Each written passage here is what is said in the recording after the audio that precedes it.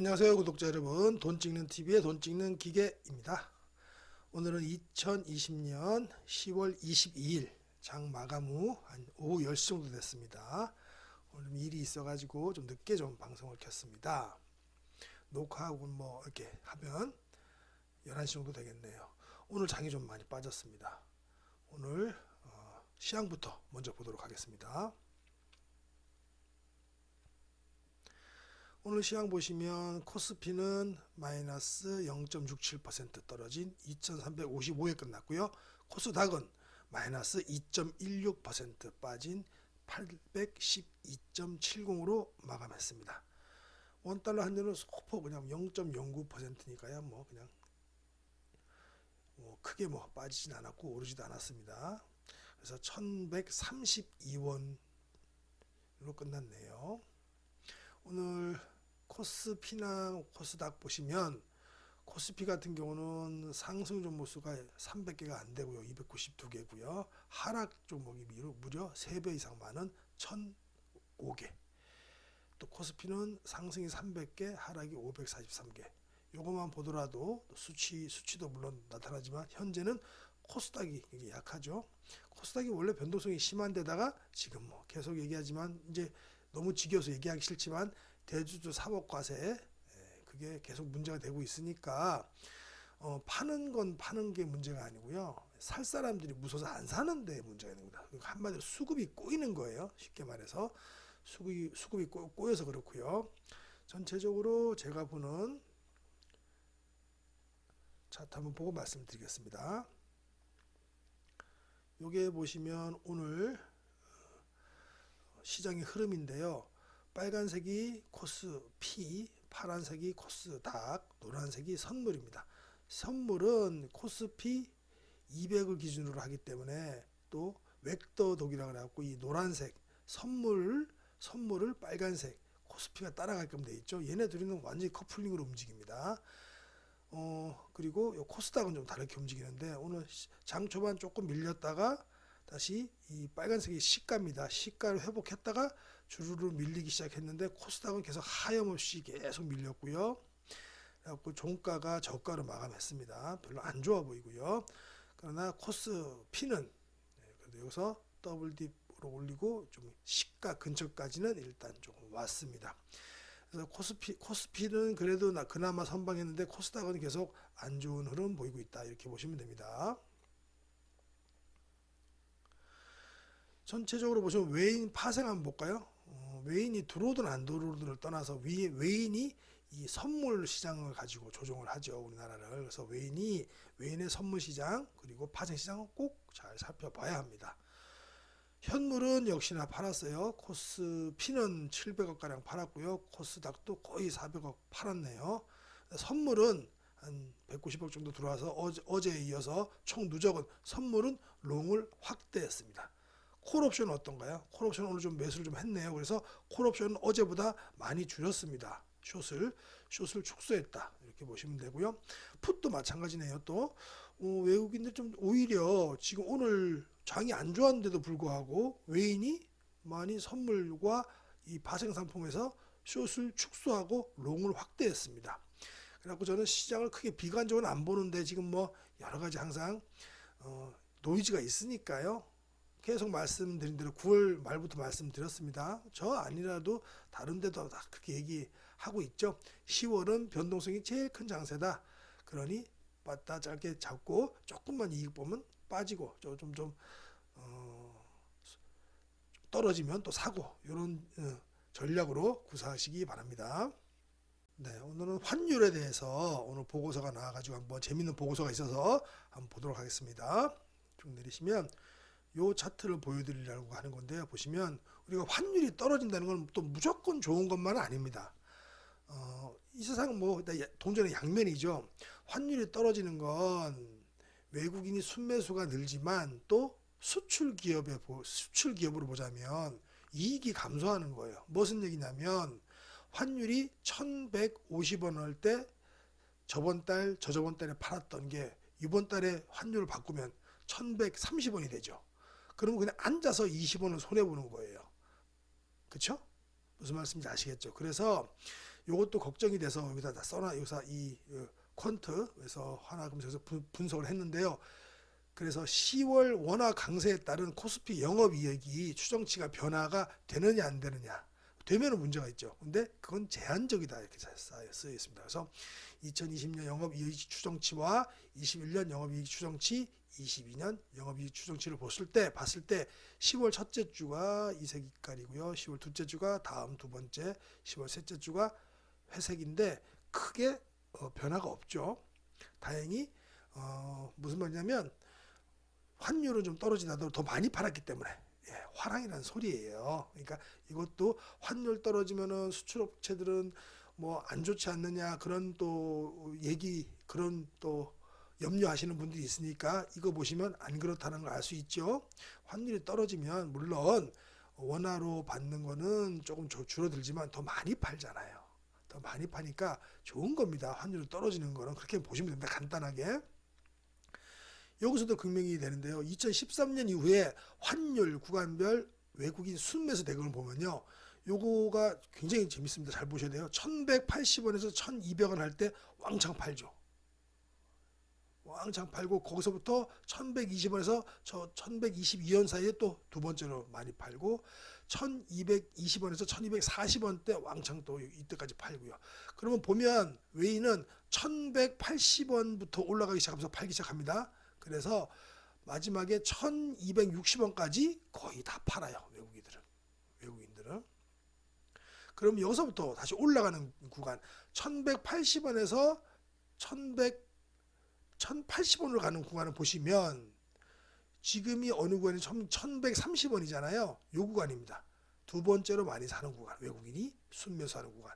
요게 좀 더 툭 떨어져서 1100원부터 1120원 구간에 들어서면 외국인이 최고로 많이 사죠. 얼마 안 남았습니다. 우리 10월 변동성 장세 끝나고 11월 정도 해가지고 대주주들이 이제 팔 거 다 팔고 실망 다 끝내고 뭐 정책이 어떻게 됐든 간에 결정이 나면 그러고 나서는 12월 달부터는 화랑장이 되지 않을까.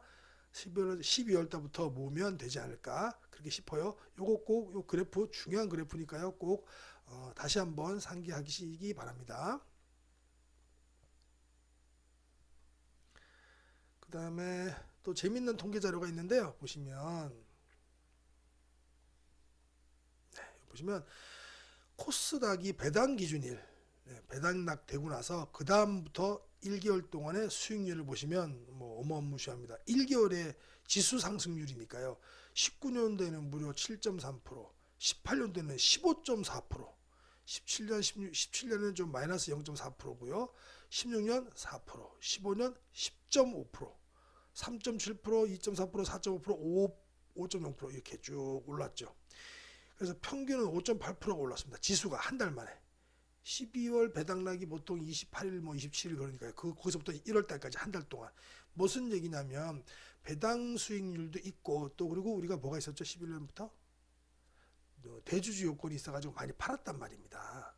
그래서 12월 달까지는 많이 팔고 나서 12월 그 배당한 일 기준부터 쭉 모으기 시작하면 그날 사면은 1개월 동안 수익률이 이만큼 평균적으로 5.8% 나더라 이 얘기입니다.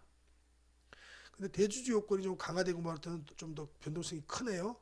이게 지수가 예를 들어서 19년 작년에 7.3%라는 얘기는 지수가 7.3% 올랐으면 보통 코스닥 같은 경우는요. 뭐 14%, 21%, 두 배에서 세 배에서 올라요. 지수가 7.3% 오른 거니까 개별 종목 그 선별을 잘해야 되겠죠. 특히 성장성이 짙은 성장성이 큰 그런 섹터의 종목들은 지수가 7% 올랐다면 곱하기 2 혹은 곱하기 3을 해야 돼요.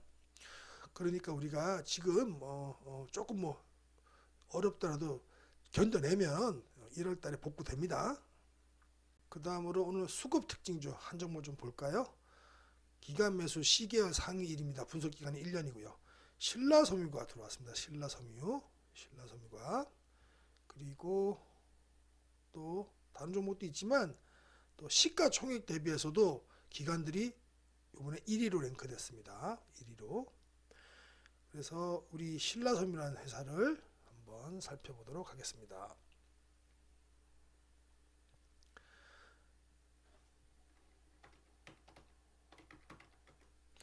네, 보시면 여기서 거래대금이 좀 터졌다가 쭉 한 달, 두 달, 세 달, 넉 달 정도 쉬고 나서 다시 지금 분출을 하는데 지금 거래대금이 많이 터졌죠. 근데 얘는 근데 펀더멘탈은 분석이 안 됩니다. 왜냐면 얘는 품절주예요. 품절주 테마입니다.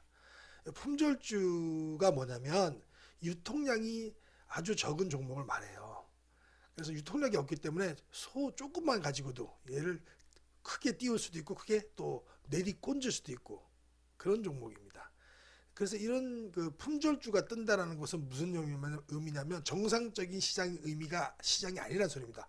펀더멘털이 먹히는 시장이 아니라는 소리입니다. 불안한 시장이라는 거죠. 이런 품절주가 뜰 때는 정상적인 시장이 아니다. 펀더멘털이 먹히는 시장이 아니다라고 보시면 되고요. 특히 이제 이런 것들은 다시 풀어서 말씀드리면 변동성이 크고 주도주 섹터가 조정받는 불안한 시기에 오갈 데 없는 그 스마트 단타성 자금들이 여기에 많이 들어와요. 그러니까 이제 품절주 같은 경우는 소량 재미삼아 한번 해보세요. 아니면 급등주 좋아하시는 분은 지금 딱 이미 눈치채셨을 거예요. 아, 요거는 아직도 이렇게 하고 전고점을 한번 보러 가려고 하는 의지가 있구나. 거래 대금만 보더라도 아실 거예요. 제 말이 무슨 말씀인지 아시는 분도 계실 거예요. 그래서 지금은 뭐 기관들이 이렇게 들어오고 하니까 품절주 중에는 신라섬유 한번 좀 보시면 될 것 같습니다. 네, 다음으로는 연기금이 지금 연기금 또 연을 또 팔고 있죠. 계속 제가 말씀드리지만 연기금은 지금 연말 한국 국내 주식 비중을 맞추려고 계속 팔고 있습니다. 사도 모자를 파네. 참 뭐 하는 짓인지 모르겠지만 제가 운영하는 사람이 아니니까요. 뭐 보겠습니다. NC소부터 좀 말씀드렸어요. 지금 좋은데 지금 딱 여기 그 포물선에 걸렸죠. 여기를 빵 뚫고 올라가야 60선입니다. 초록색 60선과 이 주황색이 120선인데 이걸 탕 뚫고 올라가면 이제는 다시 달린다 이렇게 보시면 됩니다. 이걸 탁 맞고 내리나 내모레 뚝 떨어진다. 그러면 또 당분간 더 힘들어지기도 하고요. 연기금이 오늘 제일 많이 모은 거는 NC소프트고요. 신한지주, 예, 뭐 은행주도 좀 괜찮죠. 롯데케미칼은 계속 모으고 있습니다. 계속 제가 제 채널에서도 말씀드려요. 그리고 하나 또 특징인 거는 하나솔루션.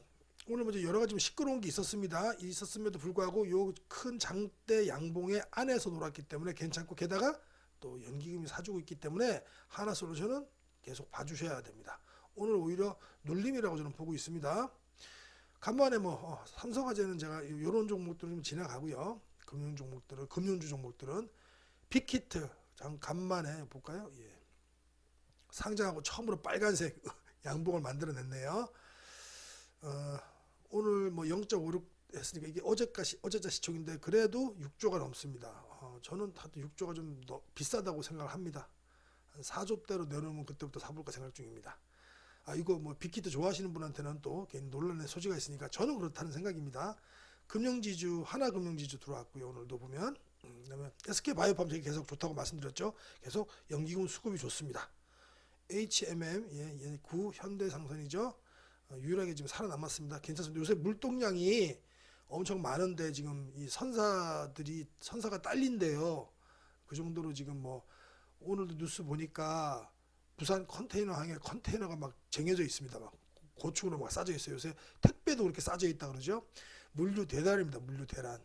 그렇다고 선사가 갑자기 뭐 배를 늘릴 수도 없고 여러 가지 규정이 또 각 그 섹터마다 규정이 있어갖고 늘릴 수도 없고 운임을 많이 준다고 하더라도 지금 배가 모자랄 정도로 지금 특히 미주 쪽으로 많이 나간다고 하네요. 유럽은 좀 그렇고 HMM 좋습니다. 대한항공 이런 것들은 네, 괜찮고요. 저는 뭐 오늘 두산바켓 오늘도 제가 말씀드렸습니다. 어제부터 오늘 또 보고서도 좋은 거 하나 나왔어요. 두산바켓 계속 주시하셔야 되고요. 두산중공 어제 이어서 오늘도 연기금이 또 샀습니다. 계속 보셔야 됩니다. 건설주 중에서는 GS건설 보시면 되고요. 현대제철은 계속 좋습니다. 이제 수소 쪽으로 좀 엮이죠. 오늘 뭐 현대그룹주들이 대부분 떨어졌습니다. 조정을 받고 있는데 현대제철만 그 와중에 괜찮았네요. 나머지 밑에 거는 제가 패스하겠습니다. 이 정도까지만 좀 보시면 될 것 같고요. 그 다음에 제가 말씀드린 관심 종목 중에 일단 코나이 보겠습니다. 코나이는 제가 계속 공략 대상이라고 공개적으로 말씀을 드렸다 그랬죠. 보시면 코나이 오늘 같은 이런 와중에도 11.73으로 마감했고요. 고가는 13%까지 올라갔습니다. 29,600원, 3만 원 조금 안 됐네요. 저는 코나이는 계속 좋게 보고 있습니다. 여러 가지 면에서 어제도 말씀드렸으니까요. 계속 지켜보시면 될 것 같습니다. 두 번째는 이오플로우가 오늘 좀 잘 견디다가 막판에 쫙 밀리더라고요. 그래서 지금 21선, 일단 11선은 깨졌고 여기 21선 보러 갈지 안 갈지 보겠습니다. 저는 잘 들고 있습니다. 어떻게 흐름이 되는지 한번 지켜보겠습니다. 세 번째 한진, 한진은 좋죠. 한진은 계속 제가 여기서부터 말씀드렸습니다. 이날부터 한진은 일단 지금 그 한진 택배가 좋습니다. 택배. 해운은 만 1, 2%밖에 안 되고 택배가 좋습니다. 택배. 요즘 택배 기사님들도 과로 또 상하차 하시는 분들도 과로로 쓰러지고 하실 정도로 안타깝습니다. 또 너무 바빠요. 바빠서 택배 회사들 계속 주시해서 봐야 되는데 한진은 일단 본업 좋고요. 일단은 매출 구성은 택배 사업이 44.59, 하역 사업이 16, 육군이 육지 운송이 14, 그리고 해운이 1.58% 정도 됩니다. 지금은 택배 이쪽으로 보시면 되고요. 그리고 한진그룹 경영권 분쟁에 정점에 또 있는 회사죠. 얘하고 한진칼 같은 종류. 그래서 얘는 계속 봐주셔야 됩니다. 그 다음에 오늘 외국인 좀 들어오고 기관도 많이 들어왔네요. 그죠? 대양전기공업. 얘는 오늘도 보시면 오늘 좀 마이너스 4% 마이너스가 나긴 했지만 어제의 이 큰 장대 양봉 사이에서 안에서 품어서 괜찮습니다.